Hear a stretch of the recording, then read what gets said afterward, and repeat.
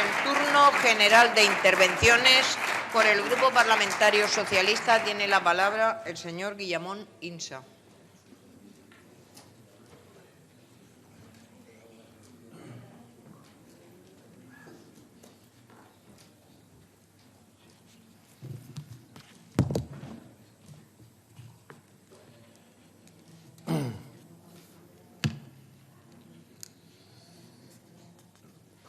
Bien, buenos días, señora consejera, señores diputados, señoras diputadas, público que nos acompaña.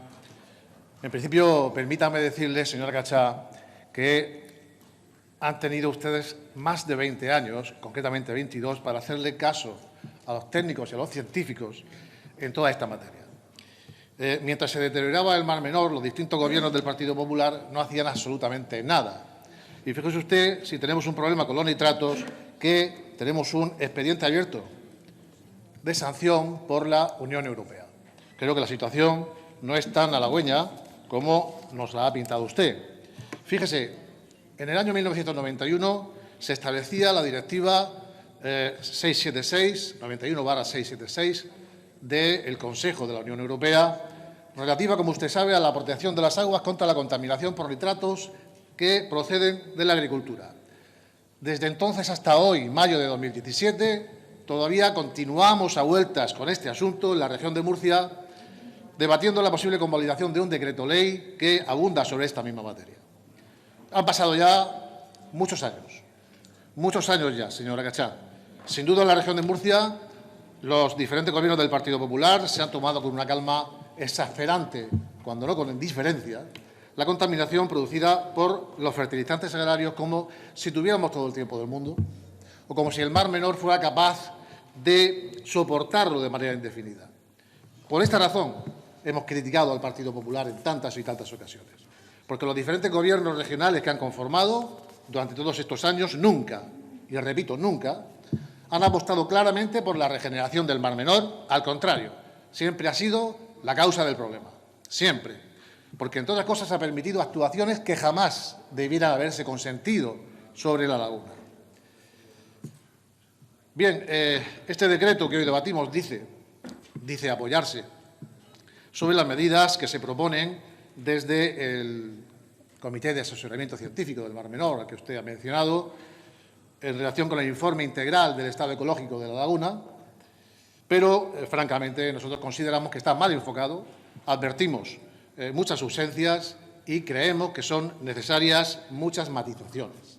Ya de entrada, quiero anticipar, y me dirijo a la señora presidenta de la Asamblea Regional, que el Grupo Parlamentario Socialista solicita que este decreto ley se tramite como proyecto de ley, por lo que, después del debate, naturalmente, solicitamos la votación al respecto. Porque, por ejemplo, no conocemos exactamente cuáles son los procesos de coinnovación a los que se refiere el mismo informe del Comité Científico que ustedes han considerado.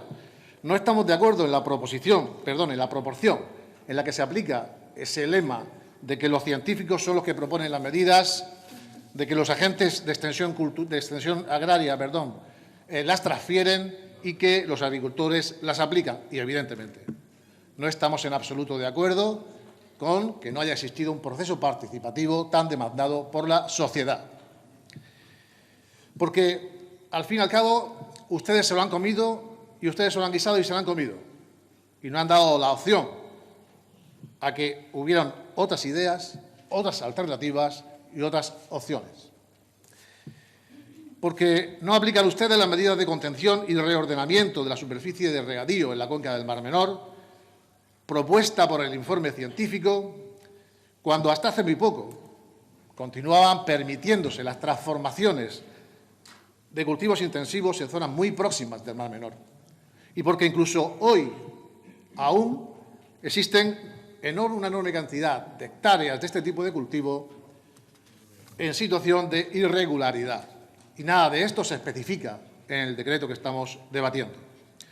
No creemos que este decreto esté bien enfocado, porque no compartimos que las medidas indicadas por este decreto se encuentren en consonancia realmente con la reducción en origen de la contaminación agraria que también solicita el informe científico, en correspondencia con esa declaración del campo de Cartagena, como zona vulnerable a los nitratos. No aceptamos que las correcciones en la aplicación de los fertilizantes nitrogenados ni fosforados y tampoco de la gestión de purines sean suficientes para la protección del Mar Menor.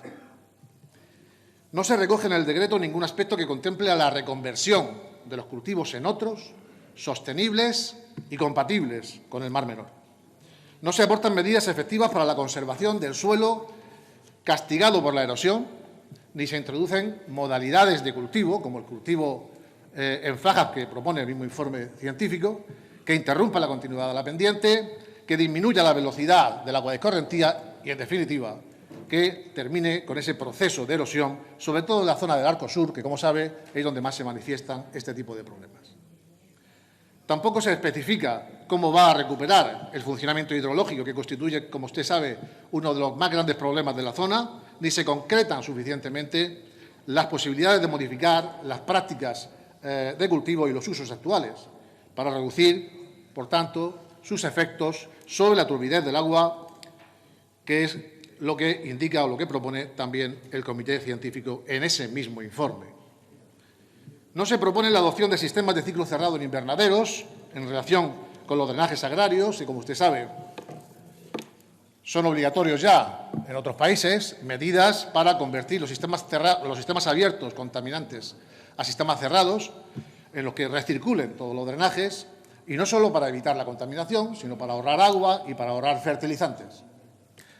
Ustedes se limitan en el contenido de su decreto a recoger las aguas pluviales en los invernaderos. Insuficiente. En el decreto no se recogen medidas para no seguir incrementando, por ejemplo, ese fabuloso número de tanques de tormentas, porque, escuche lo que le voy a decir, supongo que se lo habrá leído porque viene en el informe. Según el Comité Científico, las grandes avenidas, que como usted sabe es una de las principales fuentes de aportación de nutrientes al Mar Menor, no pueden ser tratadas con sistema de obra civil. No pueden ser tratadas con sistema de obra civil. Sin embargo, los gobiernos del Partido Popular, R que R, y empeñados una y otra vez en desarrollar este tipo de infraestructuras. No sé exactamente a qué intereses tiene que obedecer, pero yo dudo mucho que sea en virtud del interés general. El contenido del decreto no estipula cómo va a ejercerse ni el seguimiento ni la evaluación de las medidas de actuación y de gestión. Se limita a cargar sobre la plantilla de cuerpo de agentes medioambientales, que, por cierto, es hoy bastante exigua, bastante reducida, una labor de tanta envergadura, una labor de tanta complejidad como la que se pretende. Una plantilla que ni tiene actualmente la formación adecuada ni tiene recursos suficientes para poder atenderla. Mira, a nuestro juicio son muchos los aspectos que deberían recogerse en esta norma, que ustedes decidieron liquidar por el procedimiento de urgencia, evitando así lo entiendo yo, ese proceso de participación que se estamos demandando, y que ustedes quisieron incluso blindar al incluir en ese pacto de investidura con Ciudadanos en uno de sus puntos este decreto ley. Afortunadamente no hubo lugar.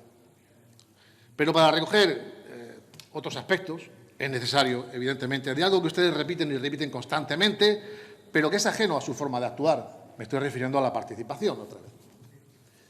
Ustedes repiten esa palabra como si la acabaran de inventar, pero la verdad es que el espíritu, el efecto de ella, no se encuentra precisamente entre los genes políticos de los responsables del Partido Popular.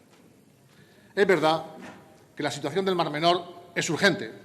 No debe privarse, por tanto, de la posibilidad de hacer las cosas bien, de hacer una ley participada, una ley efectiva, una ley que sirva para resolver eficazmente los problemas que hay planteados.